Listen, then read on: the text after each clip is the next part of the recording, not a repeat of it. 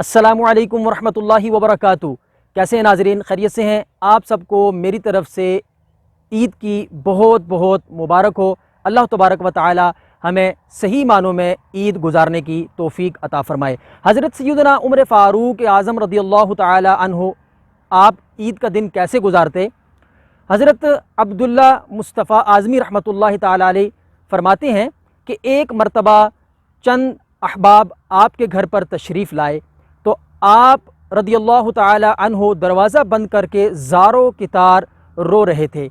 تو سب نے آپ سے پوچھا، اے امیر المومنین رضی اللہ تعالی عنہ، آج تو عید کا دن ہے، آپ کیوں رو رہے ہیں؟ تو آپ رضی اللہ تعالی عنہ نے ارشاد فرمایا کہ بے شک آج عید کا دن ہے، مگر ان کا کہ جن کے روزے اور جن کی نمازیں، جن کی عبادات اللہ کی بارگاہ میں قبول ہوئیں، تو ان کا آج کوئی شک نہیں کہ عید کا دن ہے، مگر وہ لوگ کہ جن کا آج کے دن اللہ تبارک و تعالی نے ان کے روزے نمازوں کو ان کے منہ پر مار دیا گیا۔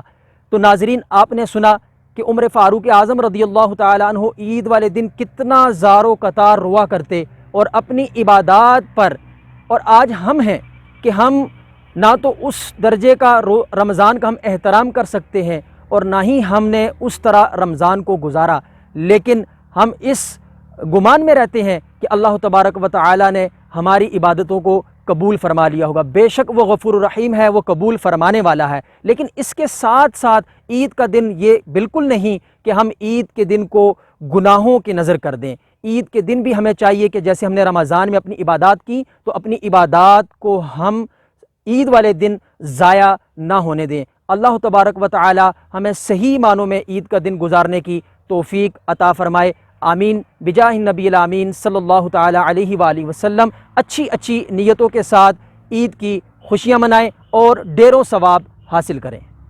بعد رمضان عید ہوتی ہے، بعد رمضان عید ہوتی ہے،